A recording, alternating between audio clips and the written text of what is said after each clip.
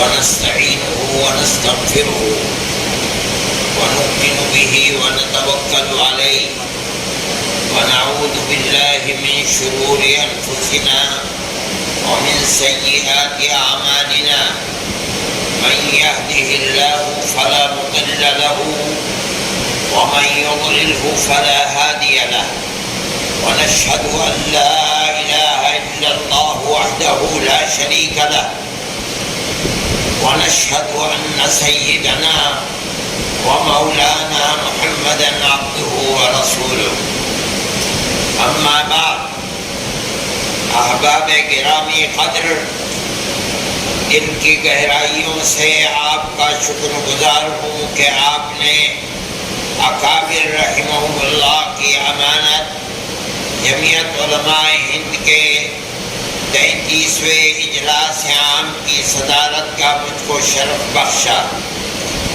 دعا کرتا ہوں کہ اللہ جمعیت علماء ہند کو ہمیشہ اکابر رحمہم اللہ کے نقش قدم پر چلنے اور خلق خدا کی خدمت کی توفیق عطا فرمائے، آمین۔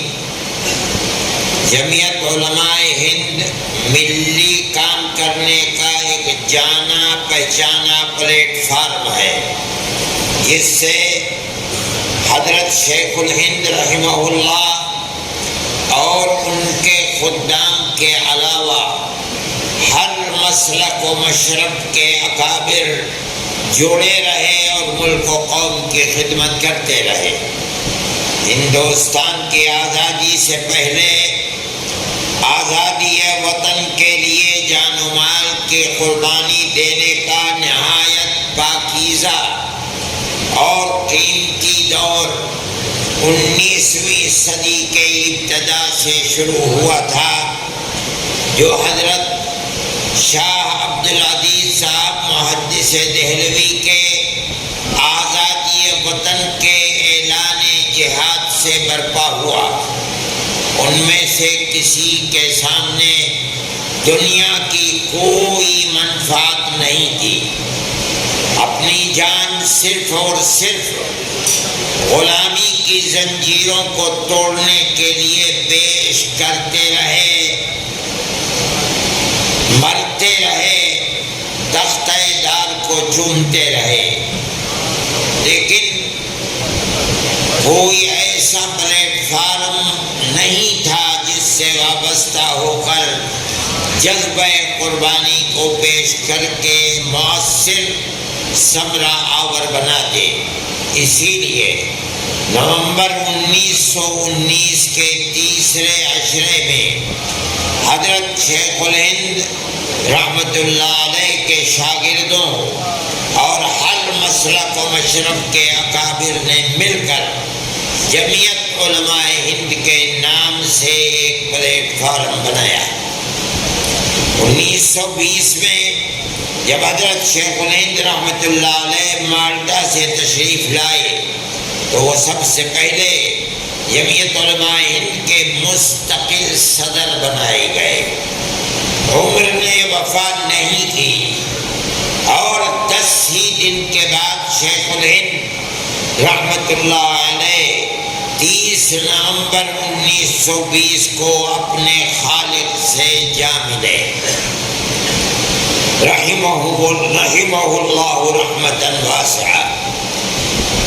حضرت شیخ الہند رحمت اللہ علیہ کے انتقال کے بعد جمعیت علماء ہند کے اکابر آزادی وطن کے لیے برابر قربانیاں دیتے رہے اور ملک کی مکمل آزادی کے لیے ہر طرح کے مصائب و آلام ہنستے کھیلتے جھیلتے رہے اور جیل کی کال کوٹریوں کو آباد کرتے رہے، لیکن ان کے پایۂ استقامت میں ذرہ بھر لغزش نہیں آئی۔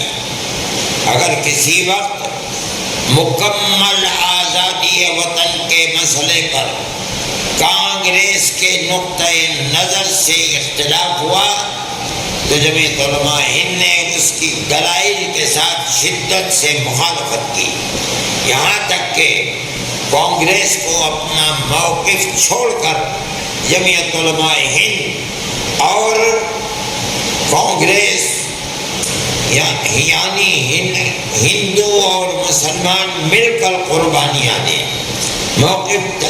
اپنا موقف چھوڑ کر جمعیت علماء ہند کے موقف کو اختیار کرنا پڑا تاکہ مکمل آزادی وطن کی جد و جہد میں جمعیت علماء ہند اور کانگریس ہندو اور مسلمان مل کر قربانیاں دیں، یہاں تک کہ ان کے قربانیاں رنگ لائیں اور 1947 میں ملک آزاد ہو گیا.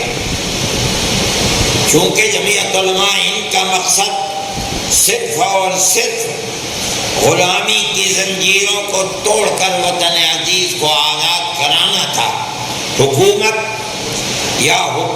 میں اشتراک کرنا مقصد نہیں تھا. اس لیے ملک کی آزادی کے بعد 1 فروری 1948 میں جمعیت علماء ہند کی مجلس عاملہ نے پارلیمنٹری سیاست سے علیحدگی کا فیصلہ کر دیا.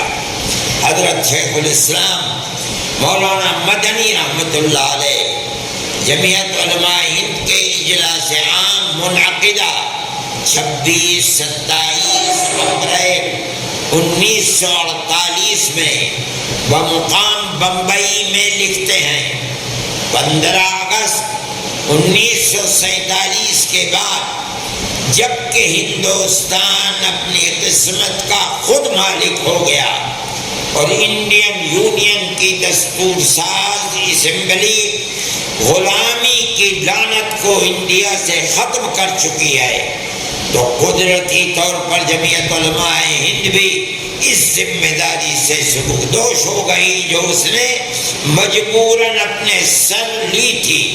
لہذا اس کی مجلس عاملہ 1 فروری 1948 کے اجلاس میں یہ اعلان کر چکی ہے کہ جمعیت کا دائرہ عمل اب صرف مسلمانوں کے مذہبی، تمدنی اور تعلیمی حقوق و فرائض کے دائرے میں محدود رہے گی.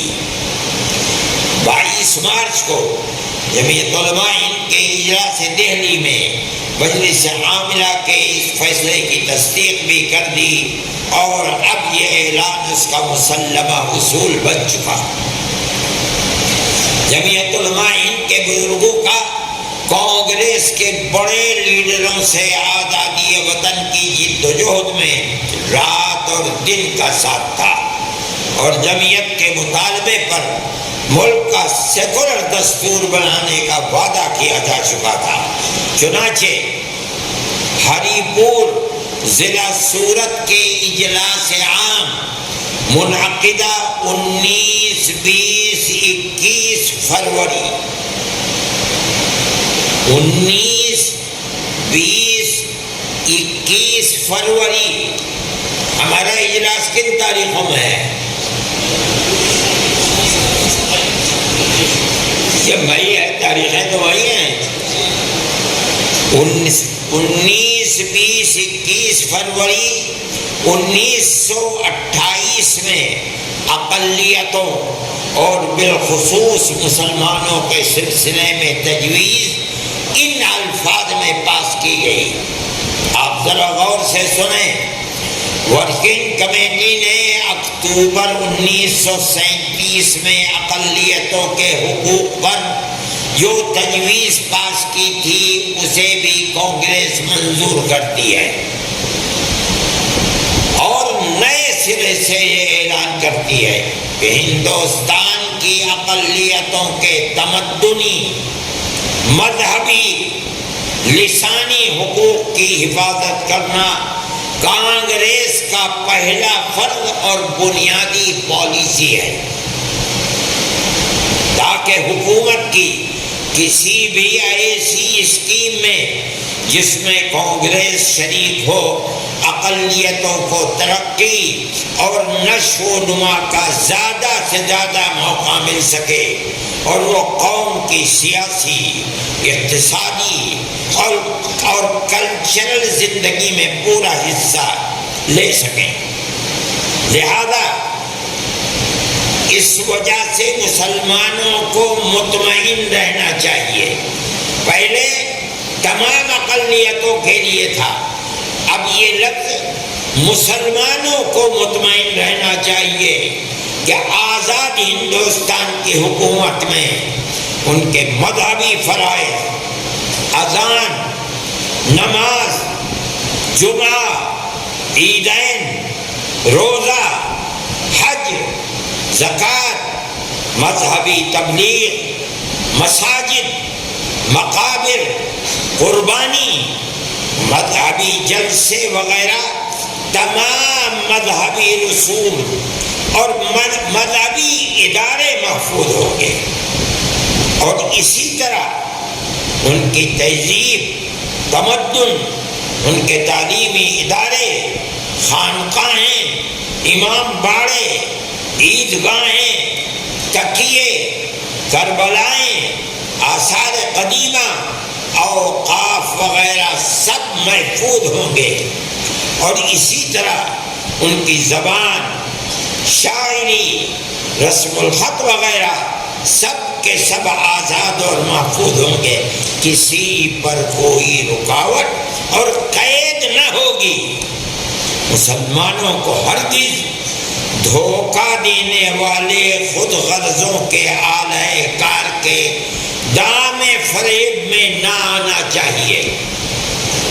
پہلے تمام اقلیتوں کے لیے، لیکن آپ اس پورے پروگرام کو مکمل مسلمانوں سے خطاب ہے، اور پورے اعتماد اور اطمینان کے ساتھ کانگریس میں داخل ہو کر جنگ آزادی میں جد و جہد کرنی چاہیے۔ یہ جو کچھ میں لکھ رہا ہوں شائع کردہ U P Congress election board, National Herald Press, Lucknow, 10 فروری 1946، اس تاریخ کو نوٹ کیجئے اور اس کو پڑھیے مکمل۔ اس کے بعد جمعیت علماء ہند نے کانگریس کی طرف سے ملک کے سیکولر دستور میں مسلمان اور اقلیتوں کو دیے گئے حقوق کو دیکھتے ہوئے اپنی سیاسی سرگرمیوں کو ختم کر دیا، کوئی ضرورت نہیں تھی، اور خالص مذہبی حیثیت کو اپنا لیا۔ چنانچہ ملک کی آزادی کو کم و بیش 76 سال ہو گئے، جمعیت علماء ہند اسی اصول اور نظریے پر قائم ہے۔ اس کے افراد آزاد ہیں، کسی بھی غیر فرقہ پرست پارٹی میں شامل ہو سکتے ہیں، لیکن جمعیت علماء بحیثیت جماعت اکابر کے اپنے اپنائے ہوئے موقف پر پہاڑ کی طرح قائم ہے۔ نہ الیکشن لڑتے ہیں، نہ کسی کا الیکشن لڑاتے ہیں۔ محترم حضرات، ملک آزاد ہو گیا، پورے ملک میں کانگریس کی حکومت ہو گئی۔ غور کیجئے، آہستہ آہستہ پرانے لوگ دنیا سے جاتے رہے، لیکن سب سے پہلے سیکولر نظریے اور سیکولر دستور کو گاندھی جی کے قتل سے آگ لگائی گئی، نقصان پہنچایا۔ اگر یہ کہا جائے کہ گاندھی جی کا قتل دراصل فرقہ پرستی کے مقابلے میں سیکولرزم کا قتل تھا تو اس میں مبالغہ نہیں ہوگا۔ Maulana Azad India whales freedom جو ان کی کتاب ہے، اس کے صفحہ 431 پر لکھتے ہیں، آپ اس کو دیکھیں، میں اس کو نقل کرتا ہوں۔ 431 جو اردو میں ترجمہ ہے اس کا، کیا لکھتے ہیں؟ گاندھی جی کے المناک قتل کے ساتھ تاریخ کا ایک دور ختم ہو گیا۔ میں آج تک نہیں بھولا ہوں کہ ہم جدید ہندوستان کے سب سے جلیل القدر فرزند کے تحفظ میں کس بری طرح ناکام ہوئے۔ ان پر بم پھینکے گئے، پھینکنے کے واقعے کے بعد یہ توقع کرنا قدرتی بات تھی کہ دہلی کی پولیس اور CID ان کی حفاظت کے لیے خاص تدبیریں کرے گی۔ کسی معمولی شخص کی بھی قاتلانہ حملے کے بعد پولیس اس کی حفاظت کا خاص اہتمام کرتی ہے۔ صرف دھمکیوں پر سیکورٹی چوکس ہو جاتی ہے۔ یہاں گاندھی جی کو صرف دھمکیاں ہی نہیں دی گئی بلکہ ان پر بم پھینکا گیا۔ یہ معاملہ دور حاضر کی عظیم ترین شخصیت کا تحفظ تھا، پھر بھی کوئی مؤثر کارروائی نہیں کی گئی۔ ایسا نہیں ہے کہ احتیاطی تدابیر میں کوئی خاص دشواری رہی ہوگی۔ گاندھی جی کی پرارتھنا کسی کھلے میدان میں نہیں بلکہ برلا ہاؤس کے لان پر 4 دیواری کے اندر منعقد ہوا کرتی تھی، جہاں صرف پھاٹک سے داخلہ ممکن تھا۔ پولیس کے لیے آنے جانے والوں پر نگاہ رکھنا بہت آسان تھا۔ اس المناک حادثے کے بعد لوگوں کی عینی شہادت سے یہ بات واضح ہو گئی کہ قاتل نہایت مشتبہ انداز سے داخل ہوا تھا۔ اس کا طرز عمل اور انداز گفتگو مشکوک تھا۔ خفیہ پولیس کو اس پر نگاہ رکھنی چاہیے تھی۔ اس سے پستول چھینا جا سکتا تھا لیکن ایسا نہیں ہو سکا، اور وہ پستول لے کر بے روک ٹوک اندر داخل ہوا، اور یوں ہی گاندھی جی وہاں پہنچے وہ اٹھا اور یہ کہہ کر کہ آج آپ کو دیر ہو گئی، گاندھی جی کو اپنی طرف متوجہ کیا اور گاندھی جی نے جواب دیا ہاں۔ قبل اس کے کہ دوسرا لفظ ان کی زبان سے نکلا، پستول کی 3 گولیوں نے اس بیش بہا زندگی کا خاتمہ کر دیا۔ مولانا یہ فرما رہے ہیں، پڑھیے ان الفاظ کو جو میں نے پڑھے ہیں، روکا جا سکتا تھا، نہیں روکا گیا، یہاں تک کہ پستول لے۔ گاندھی مولانا آزاد یہ فرما رہے ہیں کہ جو کچھ کیا جان بوجھ کر کیا گیا۔ جن کے ہاتھ میں پولیس تھی وہ اگر چاہتے کر دیتے، نہیں چاہا نہیں ہوا۔ ان تمام معاملات میں جو بات سب سے زیادہ نمایاں تھی وہ یہ تھی کہ سردار پٹیل گاندھی جی کے خلاف ہو گئے تھے۔ میں نہیں کچھ کہہ رہا ہوں، مولانا آزاد ایک ایک حرف انہیں کا لکھا ہوا ہے۔ سردار پٹیل جو ہوم منسٹر وزیر داخلہ تھے وہ گاندھی جی کے خلاف تھے۔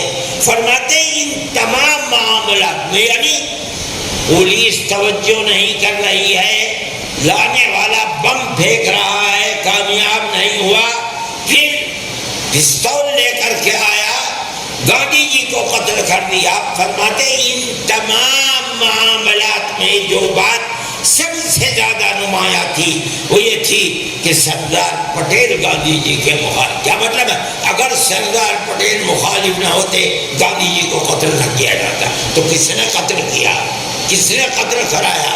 یہ خود ایک سوال پیدا ہوتا ہے۔ جب گاندھی جی نے مسلمانوں کے تحفظ پر برت رکھا، دیکھیے مولانا کیا کہہ رہے ہیں، یہ تمام معاملہ اس لیے ہوا کہ گاندھی جی کا برت مسلمانوں کے تحفظ کے لیے تھا۔ جب انہوں نے برت رکھا تو انہوں نے اس کی پرواہ نہیں کی، کسی کی پرواہ نہیں کی۔ پٹیل کا خیال تھا کہ برت دراصل ان کے خلاف ہے۔ یہی وجہ تھی کہ جب میں نے ان سے کہا کہ وہ اس وقت بمبئی نہ جائیں، ان کا پروگرام تھا بمبئی کا اور بم مار دیا گیا تھا، وہ اتفاق سے ناکام رہا، میں نے ان سے کہا کہ وہ اس وقت بمبئی نہ جائیں تو انہوں نے رکنے سے انکار کر دیا۔ ان کے اس طرز عمل کا مقامی پولیس پر نہایت ناخوشگوار اثر ہوا۔ مقامی افسران ان کے حکم کے منتظر تھے۔ جب انہوں نے دیکھا کہ سردار پٹیل یعنی ملک کے ہوم منسٹر نے گاندھی جی کی حفاظت کے لیے کوئی خصوصی احکام نہیں دیے تو انہوں نے بھی اس مسئلے پر خاص توجہ نہیں کی۔ مرتے ہیں مرنے دو۔ گاندھی جی کی موت سے پہلے سردار پٹیل کی بے پرواہی اتنی نمایاں تھی کہ لوگوں نے اسے محسوس کر لیا۔ اس سانحے کے بعد ہر طرف غم و غصے کی لہر دوڑ گئی۔ کچھ لوگوں نے تو کھلم کھلا سردار پٹیل پر نااہلیت کا الزام لگایا۔ خصوصاً جے پرکاش نارائن نے تو اس مسئلے کو اٹھانے میں بڑی جرأت دکھائی۔ دہلی کے ماتمی جلسے میں جو گاندھی جی کے انتقال پر رنج و غم کے اظہار کے لیے منعقد ہوا تھا، جے پرکاش نے صاف صاف یہ بات کہی کہ حکومت ہند کے وزیر داخلہ اس الزام سے بچ نہیں سکتے، ان پر قتل کی ذمہ داری ہے۔ یہ سب مولانا آزاد لکھ رہے ہیں جو ان حالات سے گزرا ہوا ہے۔ انہوں نے سردار پٹیل سے جواب طلب کیا کہ جب کھلے بندوں پروپیگنڈے کے ذریعے لوگوں کو گاندھی جی کے قتل کی ترغیب دی جا رہی تھی اور ان پر ایک بم پھینکا جا چکا تھا تو آخر کیوں ان کی حفاظت کے لیے خاص اہتمام نہیں کیا گیا؟ پرفل چندر گھوش نے بھی یہی سوال اٹھایا۔ انہوں نے پوری حکومت ہند کو مورد الزام ٹھہرایا کہ گاندھی جی کی حفاظت کرنے میں حکومت ناکام ثابت ہوئی ہے۔ سردار پٹیل نے اپنے مخصوص انداز میں ان الزامات کی تردید کی۔ بلا شبہ اس سانحے پر شدید صدمہ پہنچا تھا، لیکن لوگ جس طرح کھلے بندوں ان پر الزام لگا رہے تھے وہ بھی انہیں برا لگا۔ کانگریس پارلیمنٹری پارٹی کا جلسہ ہوا تو انہوں نے کہا کہ کانگریس کے دشمن ان کے خلاف الزامات تلاشی کر کے جماعت میں نفاق ڈالنے کی کوشش کر رہے ہیں۔ گاندھی جی کے ساتھ وفاداری کا اعادہ کرتے ہوئے انہوں نے کہا کہ پارٹی کو ایسی باتوں سے اثر نہیں لینا چاہیے، بلکہ اپنے اندر اور زیادہ استحکام اور یکجہتی پیدا کرنی چاہیے۔ سردار پٹیل کی یہ اپیل بے اثر نہیں رہی۔ کانگریس کے بہت سے ممبروں نے انہیں یقین دلایا کہ وہ ثابت قدمی سے ان کا ساتھ دیں گے۔ ملک کے مختلف حصوں میں وقتاً فوقتاً جو وارداتیں ہو رہی تھیں ان سے یہ بات ظاہر تھی کہ فرقہ پرستی کا زہر کتنی دور تک پھیل چکا ہے۔ میں یہی بات کہتا ہوں، ملک آزاد ہوا، کانگریس کے شانہ بشانہ جمعیت علماء کھڑی تھی، بلکہ میں کہتا ہوں 2 قدم آگے تھی، لیکن فرقہ پرستی ملک کی آزادی کے بعد فوراً اتنی بڑی کہ یہ واقعہ بتا رہا ہے اور یہ مولانا آزاد کہتے ہیں کہ فرقہ پرستی کا زہر دور تک پھیل چکا ہے۔ مجموعی حیثیت سے سارے ملک پر اس سانحے کا بہت گہرا اثر پڑا، لیکن چند شہروں میں گاندھی جی کے قتل پر جشن منایا گیا، مٹھائی تقسیم کی گئی۔ گوالیار اور اجین میں، یہاں لوگ ہوں گے اجین کے، مولانا فرماتے گوالیار اور اجین میں خاص طور پر ایسے مظاہرے ہوئے یعنی جشن کے۔ مجھے یہ سن کر بڑا افسوس ہوا کہ ان شہروں میں کھلم کھلا مٹھائی تقسیم ہوئی اور لوگوں نے اس حد تک جرأت کی کہ سر عام خوشیاں منائی گئی، لیکن یہ مسرت اور شادمانی صرف وقتی تھی۔ مجھے مجموعی طور پر قوم کو اس واقعے سے بہت صدمہ پہنچا اور عوام غصے میں ان لوگوں پر ٹوٹ پڑے جو گاندھی جی کے دشمن سمجھے جاتے تھے۔ چند ہفتوں تک تو یہ عالم تھا کہ ہندو محاسبہ اور آر ایس ایس کے لیڈر عوام کو منہ نہیں دکھا سکتے تھے۔ ڈاکٹر شیاما پرساد مکھرجی ان دنوں ہندو مہاسبھا کے صدر اور مرکزی حکومت کے ایک وزیر تھے، وہ اپنے مکان سے باہر نکلنے کی جرات نہ کر سکے۔ اس کے کچھ دنوں کے بعد انہوں نے مہاسبھا سے قطع تعلق کر لیا۔ باہر گئے، آہستہ آہستہ صورتحال بہتر ہوئی اور لوگ اپنے دھندوں میں لگ گئے۔ گاندھی جی کے قاتل گوڈسے پر مقدمہ چلایا گیا، لیکن مقدمے کی تیاری میں بہت دیر لگی۔ پولیس کو تفتیش میں کئی مہینے لگ گئے۔ اس لیے معلوم ہوتا تھا کہ گاندھی جی کو قتل کرنے کی سازش کا جال بہت دور تک پھیلا ہوا ہے۔ گوڈسے کی گرفتاری کا پبلک میں جو رد عمل ہوا، اس سے ظاہر تھا کہ بعد ہندوستانیوں میں فرقہ پرستی کا زہر کتنا گہرا سرایت کر چکا تھا۔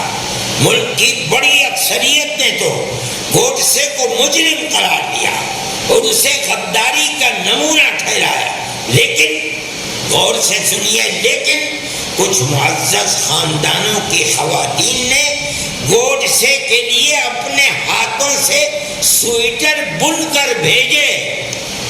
اس کی رہائی کے لیے تحریک بھی چلائی گئی۔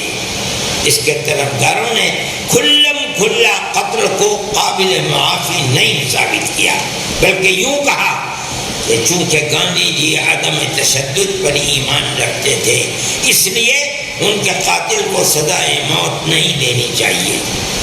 جواہر لال کے نام اور میرے نام بہت سے تار موصول ہوئے کہ گوڈسے کو پھانسی دینا گاندھی جی کے اصولوں کے منافی ہوگا۔ بہرحال قانونی کارروائی قاعدے کے مطابق ہوئی اور ہائی کورٹ نے سزائے موت کو برقرار رکھا۔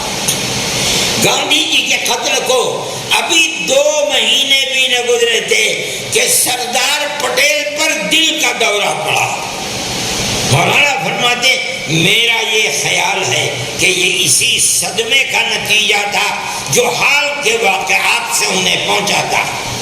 جب تک گاندھی جی زندہ تھے، سردار پٹیل ان سے خفا رہے۔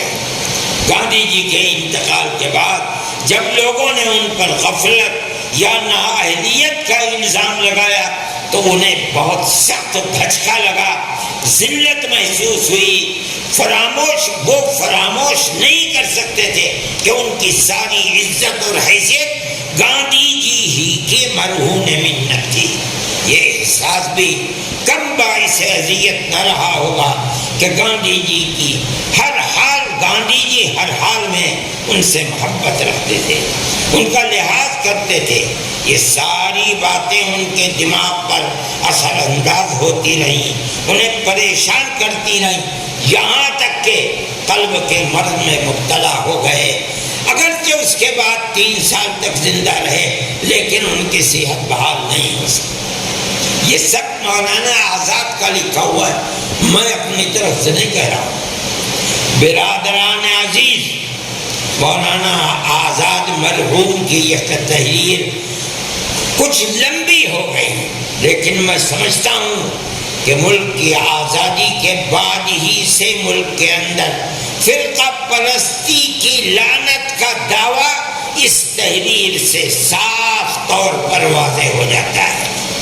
گاندھی جی کے قتل یعنی سیکولرزم کے قتل کے بعد فرقہ پرستی کو کانگریس کی قیادت روک نہیں سکی۔ چنانچہ کچھ ہی دنوں کے بعد مسلمانوں کے خلاف فرقے وارانہ فسادات کا لامتناہی سلسلہ شروع ہو گیا۔ ہندوستان کا شاید ہی کوئی قابل ذکر شہر بچا ہوگا جہاں مسلمان کا خون نہیں رہا، دولت کو آگ نہ لگائی گئے۔ جمعیت علماء ہند کی قیادت برابر متنبع کرتی رہی، بتاتی رہی کہ اس پر قابو نہیں پایا گیا تو ملک برباد ہو جائے گا، سیکولرزم کو آگ لگ جائے گی، میں پیار و محبت کی تاریخ افسانہ بن کر رہ جائے گی۔ فرقہ پرستی کے خلاف جمعیت علماء ہند نے جیل بھرو تحریک چلائی، سب کچھ ہوا، لیکن فرقہ پرستی پر قدغن نہیں لگائی گئی، جس کا انجام کانگریس بھگت رہی ہے، اور اکثریت و اقلیت بھی اور ملک کی صورتحال بھی سب کے سامنے ہے۔ فرقہ پرستی کے خلاف کانگریس کی لچکدار پالیسی نے، ہم کہتے ہیں کانگریس کی وہ پالیسی لچکدار تھی۔ آج کی جو پالیسی ہے کہ برملا کانگریس کہہ رہی ہے کہ ہم اگر اقتدار میں آئیں گے تو بجرنگ دل پر پابندی لگا، اگر یہ پالیسی اس وقت اختیار کرنی ہوتی ملک برباد نہ ہوتا۔ اس لچکدار پالیسی نے کانگریس کو بھیک مانگنے کے اوپر مجبور کر دیا۔ جمعیت علماء برابر اس کے خلاف رہے۔ ایسے لیڈروں کو فرقہ پرستی کے خلاف کانگریس کی لچکدار پالیسی نے ایسے لیڈروں کو اقتدار کی کرسی تک پہنچا دیا جن کے دل فرقہ پرستی کے ناپاک مرض سے سیاہ تھے، مگر انہوں نے گاندھی کیپ اور کھدر کے کپڑے پہن کر اپنے آپ کو سچا کانگریسی دکھلا کر اقتدار کا لطف اٹھایا اور مسلم اقلیت کے خون سے کانگریس کے لیے ہوئے اقتدار سے ہندوستان کی سرزمین کو رنگ دیا۔ اور پچھلے دنوں جیسے ہی اقتدار بدلا اور کانگریس کو شکست کا سامنا کرنا پڑا تو وہ لوگ جن کو کانگریس نے دودھ پلا کر جوان بنایا تھا اور انگلی پکڑ کر سیاست کے پلیٹ فارم پر چلنا سکھایا تھا، اپنی ناپاک فطرت کی طلب پر کانگریس چھوڑ کر بی جے پی میں چلے گئے۔ ایسا لگتا تھا کہ گاندھی فیملی کے سوا کوئی نظریاتی طور پر کانگریسی زندہ نہیں ہے۔ فرقہ پرستی کے خلاف کانگریس کی اسی لچکدار پالیسی کا یہ انتہائی تکلیف دہ انجام تھا۔ محترم حضرات، حکومت کرنے والی پارٹیوں کے اپنے نظریات اور اپنے ایجنڈے ہیں، لیکن یہ ایک ناقابل انکار حقیقت ہے کہ انسانیت کی بنیاد پر اخوت و ہمدردی اور پیار و محبت ہمارے ملک کی پرانی اور اصل تاریخ ہے۔ ہندوستان کبھی بھی سیاسی اور ملکی مسائل میں ہندو مسلم تفریق اور امتیاز کا قائل نہیں رہا۔ حکومتیں خواہ مسلم حاکم کے زیر اثر رہی ہوں یا ہندو فرمانروا کے زیر نگین، کبھی بھی افتراق اور امتیاز سے آشنا نہیں کی۔ اکبر بادشاہ کی قوم پروری کسی تحریر اور تفصیل کی محتاج نہیں ہے۔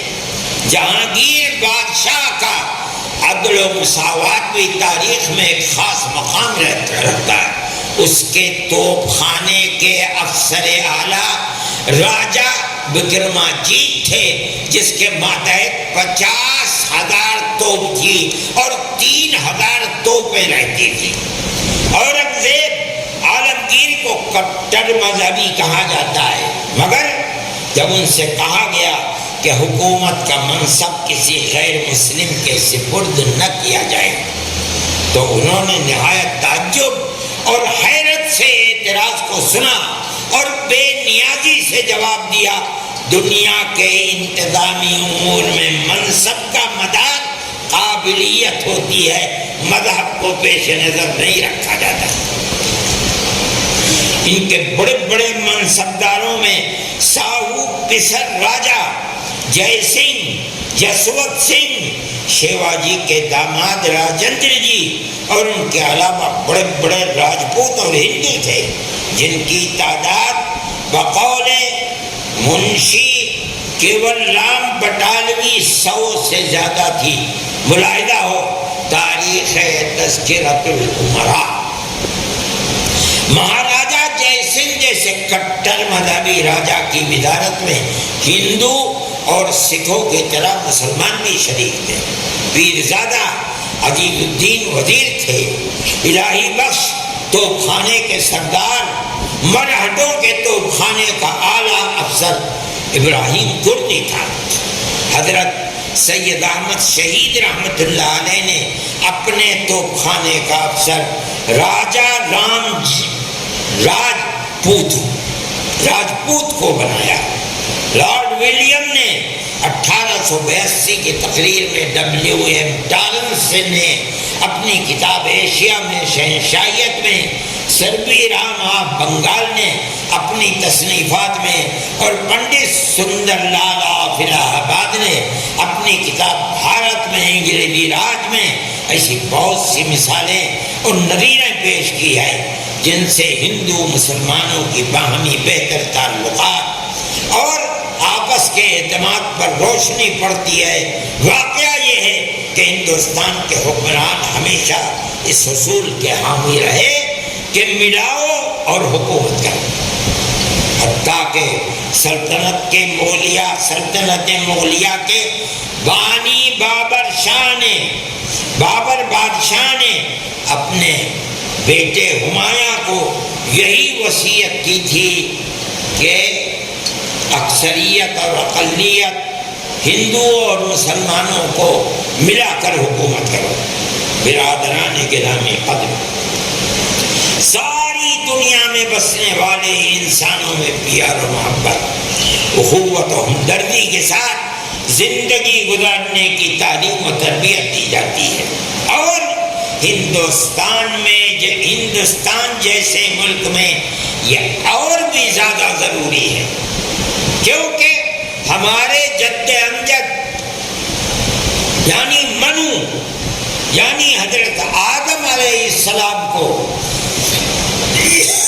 جنت سے اللہ رب العزت والجلال نے یہی ہندوستان یعنی بھارت کی دھرتی پر اتارا تھا، جس کا مطلب ہے کہ دنیا میں جہاں بھی آدمی آج بستا ہے یا پہلے بستا تھا یا قیامت تک بسے گا، اس کی اصل بنیاد بھارت ہی ہوگی. اس لیے وہ ہمارے بھائی ہیں اور ہمارے پہلے باپ کی اولاد ہوں گے. بعد کے لوگوں نے چاہے جتنے مذاہب بنا لیے ہوں یا ان کے رنگ چاہے جیسے ہو گئے، لیکن آدمی ہونے کی حیثیت سے وہ بھائی ہیں. اور اگر کسی ایک ہی ملک میں رہتے ہیں تو ان میں آدمیت کا رشتہ اور بھی مضبوط و مستحکم ہوتا ہے. یہی وہ بنیادی نقطۂ نظر ہے جو جمعیت علماء ہند اور اس کے بزرگوں کی سیاست اور متحدہ قومیت کے نظریے کی اصل بنیاد ہے. پچھلے دنوں ہندوستان میں انقلاب آیا، بڑی بربادی ہوئی، ملک تقسیم ہو گیا. یہ صحیح ہے کہ تقسیم نے وطن عزیز کو ناقابل تلافی نقصان پہنچایا، لیکن اس سے کہیں زیادہ مسلمانوں کے لیے یہ تقسیم تباہ کن ثابت ہوئی.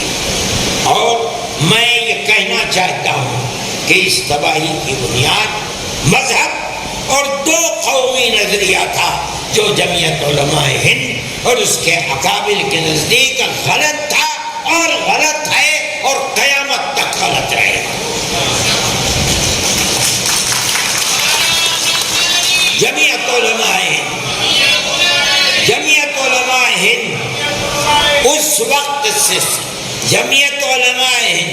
وقت سخت سے سخت حالات میں بھی متحدہ قومیت کے نظریے پر ہمالیہ پہاڑ کی طرح قائم رہی، قائم ہے اور قیامت تک قائم رہے گی.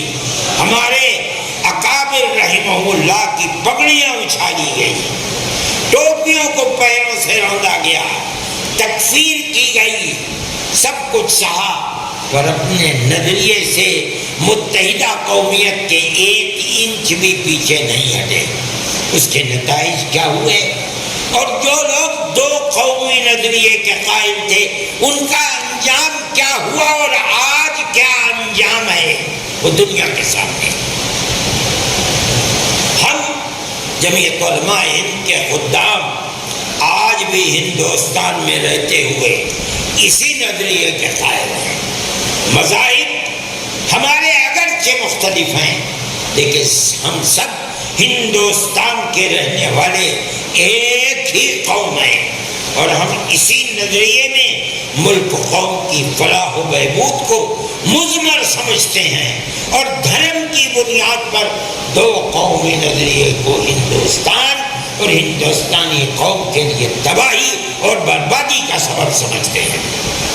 بدقسمتی سے آزادی کے کم و بیش 75 سال گزر جانے کے بعد بھی فرقہ پرستی کا نظریہ زندہ ہے، بلکہ پہلے سے زیادہ طاقتور ہے، اور مختلف ناپسندیدہ صورتوں میں ہندوستان کی پیار و محبت کی پرانی تاریخ کو آگ لگا رہا ہے۔ کبھی مسلمانوں کی قدیم مسجدوں کو توڑ کر اپنی طاقت کے بلبوتے پر مندر بناتا ہے۔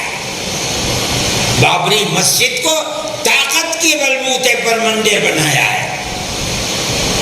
کیوں؟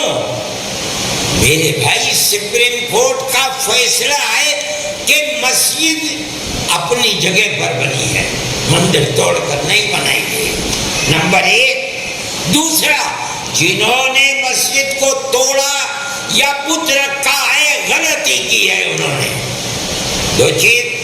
مگر تیسرا فیصلہ کیا ہے کہ مسجد مندر کو دے دی گئی۔ ہم یہ سمجھتے ہیں ہم بالکل زندہ ہیں، اور ہم نے جو بات 50 سال سے مقدمہ لڑتے ہوئے جو بنیاد تھی، اکھاڑا یہ کہتا تھا کہ مسجد نہیں ہے مندر ہے، مندر توڑ کر مسجد بنائی گئی۔ جمعیت علماء اسی دن سے 50 سال تک مقدمہ لڑا جمعیت علماء نے، اور بنیاد یہی تھی کہ یہ مسجد اپنی جگہ پر ہے۔ وہ کہتے تھے مندر کو توڑ کر بنایا گیا، ثابت کر نہیں سکے۔ سپریم کورٹ یہی فیصلہ کرتا ہے، نہیں، مسجد اپنی جگہ پر ہے، ہم جیت گئے۔ لیکن فیصلہ یہ کیا کہ مندر، یہ فیصلہ قانونی فیصلہ نہیں ہے، یہ فیصلہ اپنی مذہب کی بنیاد کے اوپر ہے۔ دے دیا، کس طرح دے دیا؟ اپنی طاقت کے بلبوتے پر دے دیا، ورنہ حقیقت یہ ہے کہ یہ فیصلہ تو کر دیا گیا۔ جب مسجد اپنی جگہ پر بنی ہوئی ہے، آج تک یہ کہتے تھے کہ بابر نے مندر توڑ کر مسجد بنائی۔ گورنمنٹ کا ادارہ سپریم کورٹ کہتا نہیں، بابر نے اپنی جگہ بنائی۔ جو الزام بابر کو دیا جاتا تھا وہ غلط تھا، وہ الزام اپنے سر کے اوپر لے لیا گیا، اور یہ کہا آپ نے زبردستی مسجد توڑ کر مندر بنا لیا، مگر بابر نے تو مندر توڑ کر مسجد نہیں بنائی۔ یہ آپ کا سپریم کورٹ کہتا ہے۔ میں اسی بات کو کہتا ہوں، بدقسمتی سے آزادی کے کم و بیش 75 سال گزر جانے کے بعد بھی وہ فرقہ پرست نظریہ زندہ، بلکہ پہلے سے زیادہ طاقتور ہے، اور مختلف ناپسندیدہ صورتوں میں ہندوستان کی پیار و محبت کی پرانی تاریخ کو آگ لگا رہا ہے۔ کبھی مسلمانوں کی قدیم مسجدوں کو توڑ کر اپنی طاقت کے بلبوتے پر مندر بناتا ہے، کبھی موب لنچنگ کی بھیانک صورت میں بے گناہوں کو قتل کرتا، کبھی مسلمانوں کی جائیداد اور اموال کو تباہ کرتا اور آگ لگاتا۔ لیکن افسوس کہ ملک کی آزادی کے بعد سے آج تک نہ فسادات اور فرقہ پرست نظریے کے خلاف کوئی قانون بنا اور نہ ان کے پنجوں کو موڑا گیا۔ آج کانگریس کا مینیفیسٹو یہ کہتا ہے کہ ہم نفرت پھیلانے والے بجرنگ دل کو غیر قانونی بتائیں گے اور قدغن لگائیں گے۔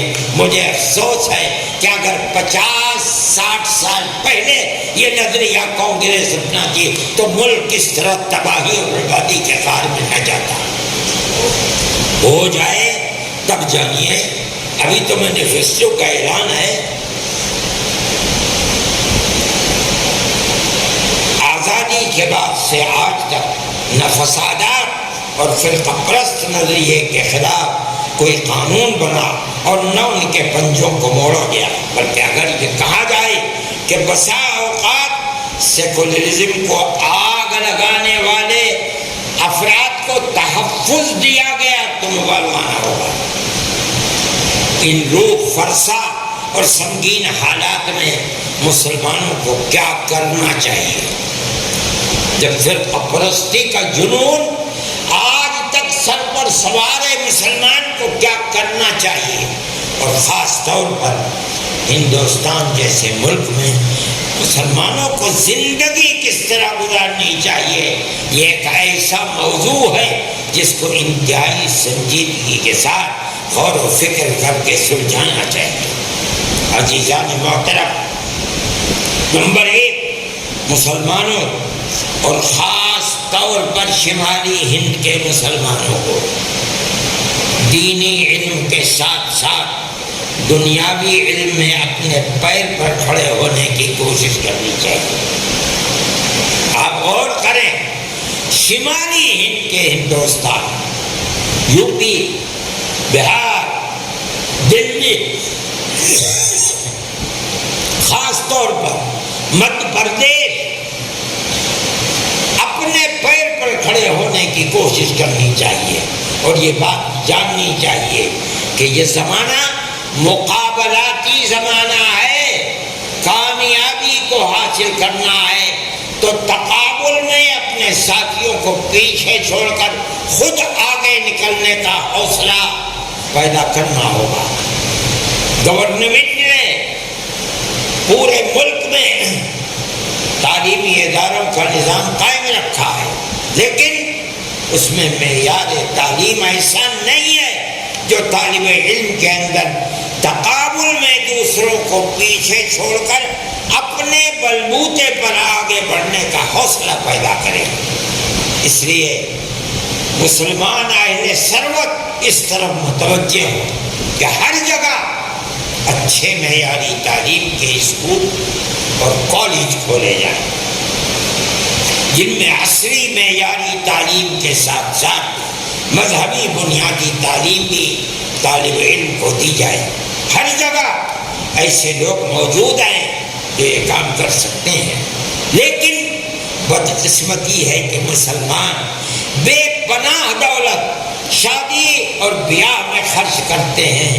اسی طرح انتخاب کے موقع پر ایک ایک سیٹ پر کئی کھڑے ہو کر بیش بہا دولت لٹا کر اپنی بے حسی کا ثبوت دیتے ہیں، لیکن قوم کو اپنے پیر پر کھڑا کرنے کے لیے آگے نہیں بڑھتے، حالانکہ یہ قوم کی خدمت کے ساتھ ساتھ بہترین کاروبار بھی ہے۔ اس سلسلے میں آج کل لڑکے اور لڑکیوں کی مخلوط تعلیم بڑے مسائل کھڑے کر دیے ہیں، جس کے نتیجے میں عریانیت اور بے حیائی کے ساتھ ساتھ ارتداد کی بھیانک صورت سامنے آ رہی ہے۔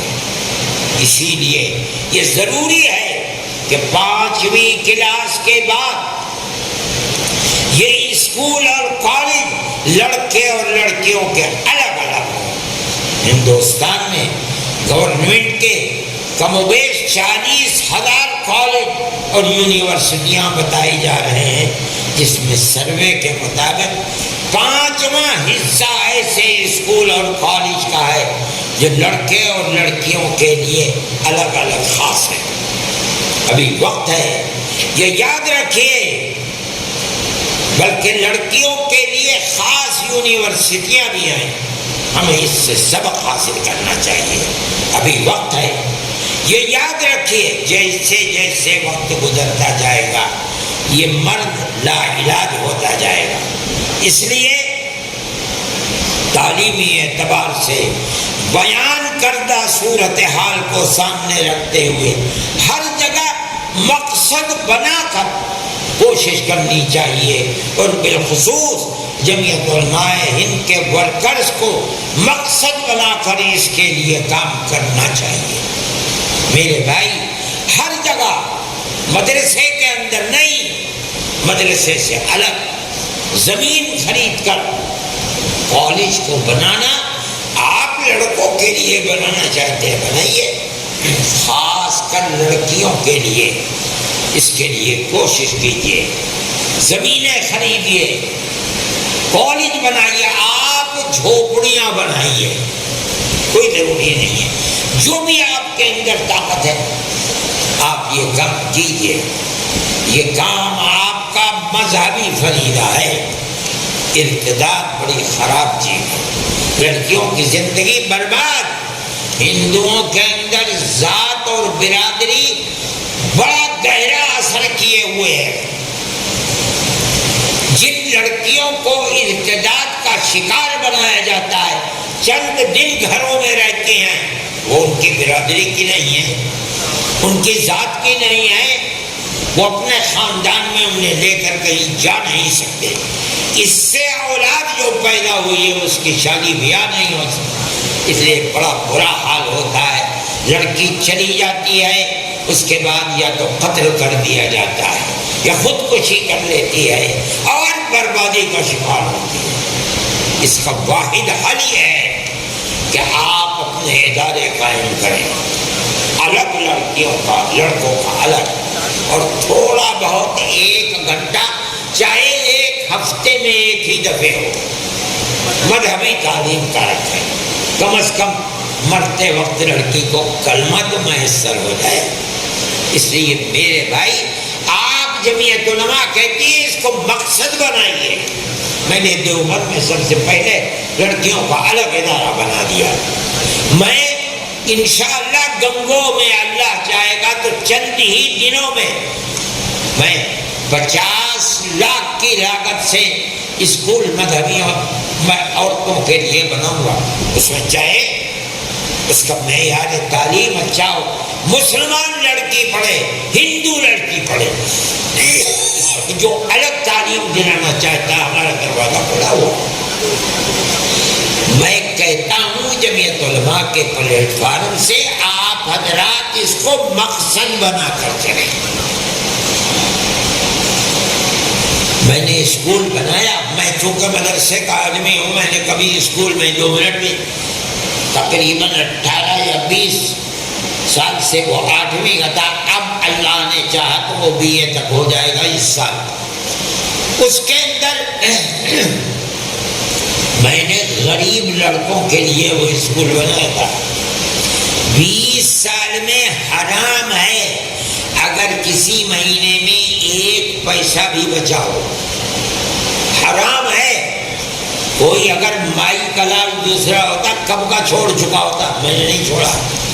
ہر مہینے 40,000 60,000 70,000، جن دنوں میں چھٹی ہوتی ہے 1,40,000 30,000، کبھی کبھی 1,60,000 میں خسارہ برداشت کرتا ہوں ہر مہینے. سال میں 15-16 لاکھ کا خسارہ، مگر میں نے چھوڑا نہیں.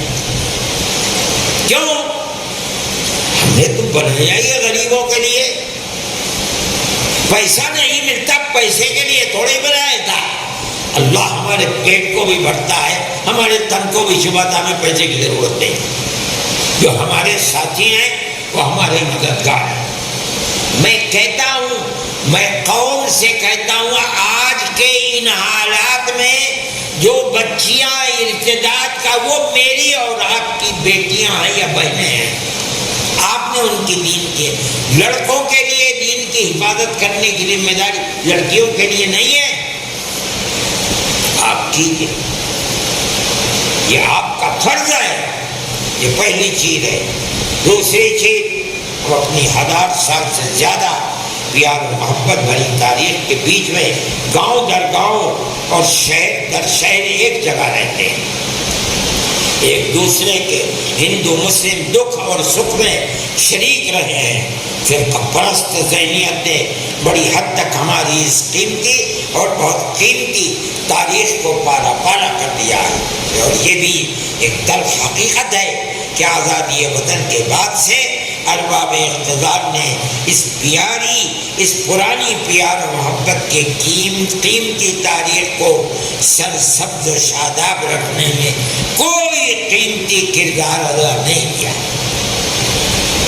اور اس وقت تو ملک کی صورتحال ایسی ہے جس میں فرقہ پرست ذہنیت کے حوصلے زندگی کی ہر سطح پر بہت بلند ہیں، مگر یہ بھی ایک بہت واضح حقیقت ہے کہ سب برادران وطن فرقہ پرست، متعصب اور مسلم اقلیت کے بدخواہ نہیں ہیں۔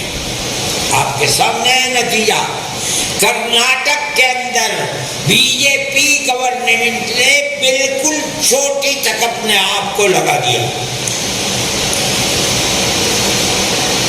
ان کی سیاست کے جو بڑے سے بڑے پہلوان تھے آ گئے، اور سارا الیکشن مسلم اقلیت کی دشمنی کو لے کر کے آگے بڑھایا گیا، مگر صرف مسلمان نے نہیں، ہندوؤں نے بھی ریجیکٹ کر دیا اس کو، اور اپنے منہ کے بر زمین کے اوپر گر گئے۔ اس لیے میں کہتا ہوں حقیقت ہے کہ سب برادران وطن فرقہ پرست نہیں ہے، متعصب نہیں ہے، مسلم اقلیت کے بدخواہ نہیں ہے۔ یہی وہ لوگ ہیں جو پرانی تاریخ کو زندہ رکھنا چاہتے ہیں اور پیار و محبت کی قیمتی کردار کو زندہ رکھتے ہیں۔ جمعیت علماء ہند کا ہمیشہ یہ نظریہ ہے کہ یہ ملک ہمارا ہے، کیونکہ توحید خداوندی کے ہمارے مضبوط عقیدے کا پہلا پتھر ہمارے اسی ملک بھارت کی دھرتی پر رکھا گیا ہے۔ حضرت مریم یعنی حضرت آدم علیہ السلام کو جنت سے اللہ نے بھارت کی دھرتی پر اتارا تھا، وہ سب سے پہلے نبی تھے۔ ایک اللہ یعنی ایک آدم قوم ہی کی عبادت کرنے والے تھے، اور زندگی بھر اپنی اولاد میں اسی عقیدے کا پرچار کرتے رہے۔ اللہ رب العزت والجلال کا احسان ہے کہ اس نے ہم کو نبی آخر الزمان حضرت محمد صلی اللہ علیہ وسلم کی امت میں پیدا فرمایا، اور ان کی پاکیزہ تعلیم کے نتیجے میں ہم عقیدہ توحید خداوندی سے روشناس ہو سکے، اور ایک ایشور واد کا جو پاکیزہ عقیدہ دنیا میں سب سے پہلے بھارت کی دھرتی سے اٹھا تھا، اللہ کے فضل و کرم سے اسی عقیدے کو حفظ جان بنائے ہوئے ہیں۔ یہ بات بھی مسلم اور ناقابل مسلم اور ناقابل انکار حقیقت ہے کہ ہمارے آباء و اجداد اسی ملک میں پیدا ہوئے اور اسی ملک میں پیوند زمین بنتے رہے۔ اسی لیے ہم خود اپنے ملک کی قیمتی پرانی تاریخ کو زندہ رکھنے میں تن من دھن کی بازی لگائے ہوئے ہیں۔ ہمیں بیاہ شادیوں اور دیگر تقریبات میں برادران وطن کو بلانا چاہیے، اسی طرح ان کی خوشی اور غمی میں اپنا مذہبی فرض سمجھ کر وہ بلائیں یا نہ بلائیں شریک ہونا چاہیے۔ آپ جا کر مبارکبادی یا تعزیت کریں اور چلے آئیں، آپ کا یہ کردار پرانی تاریخ کو زندہ کرنے میں بڑا قیمتی کردار ہوگا۔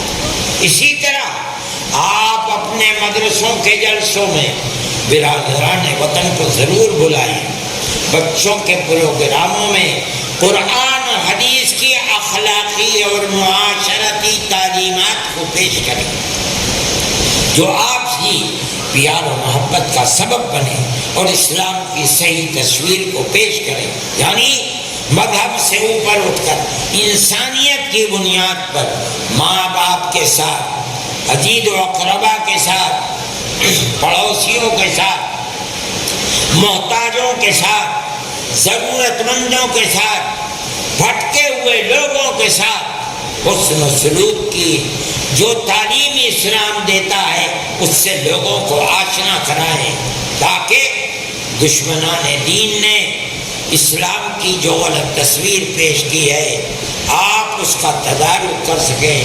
یہ آپ کا اسلامی فرض ہے جس میں کوتاہی کل قیامت میں مؤاخذے کا سبب بن سکتی ہے۔ میرے بھائی، ہمارے پاس اور کوئی اس کے سوا طاقت نہیں ہے کہ ہم اپنی بات کو، اپنی پالیسی کو آپ تک رکھیں۔ ہمارا یہ ماننا ہے کہ آپ اگر نہیں کریں گے تو اس کا مطلب یہ ہے کہ آپ نے اپنے مذہبی فریضے کو انجام نہیں دیا۔ مذہب صرف نماز روزے ہی کا نام نہیں ہے، وہ معاشرت جو مسلمان کی دوسروں کے ساتھ ہے وہ بھی اسلام کا فریضہ ہے، اور اسلام کی تعلیمات کا بڑا قیمتی گوشہ ہے۔ قرآن و حدیث اس کے اوپر دلالت کرتی ہے۔ محترم حضرات، میں نے چاہا کہ اپنے اکابر رحمہم اللہ کا وہ نظریہ اخوت جو ان کی گھٹی میں پڑا ہوا تھا، رگ و ریشے میں پیوستہ، اور کچھ حصہ ان کے کفش برداری کا کے صدقے میں ہم نااہلوں کو بھی ملا ہے، آپ کے سامنے پیش کر سکوں۔ آپ نے اپنا وقت صرف کیا، اس پر میں آپ کا شکر گزار ہوں، اور دعا کرتا ہوں کہ اللہ تعالی ہمارے ملک کو اخوت و ہمدردی اور پیار و محبت کے ساتھ سرسبز و شاداب رکھے اور شرور و فتن سے مامون فرمائے۔ آمین۔ وآخر دعوانا ان الحمد للہ رب العالمین۔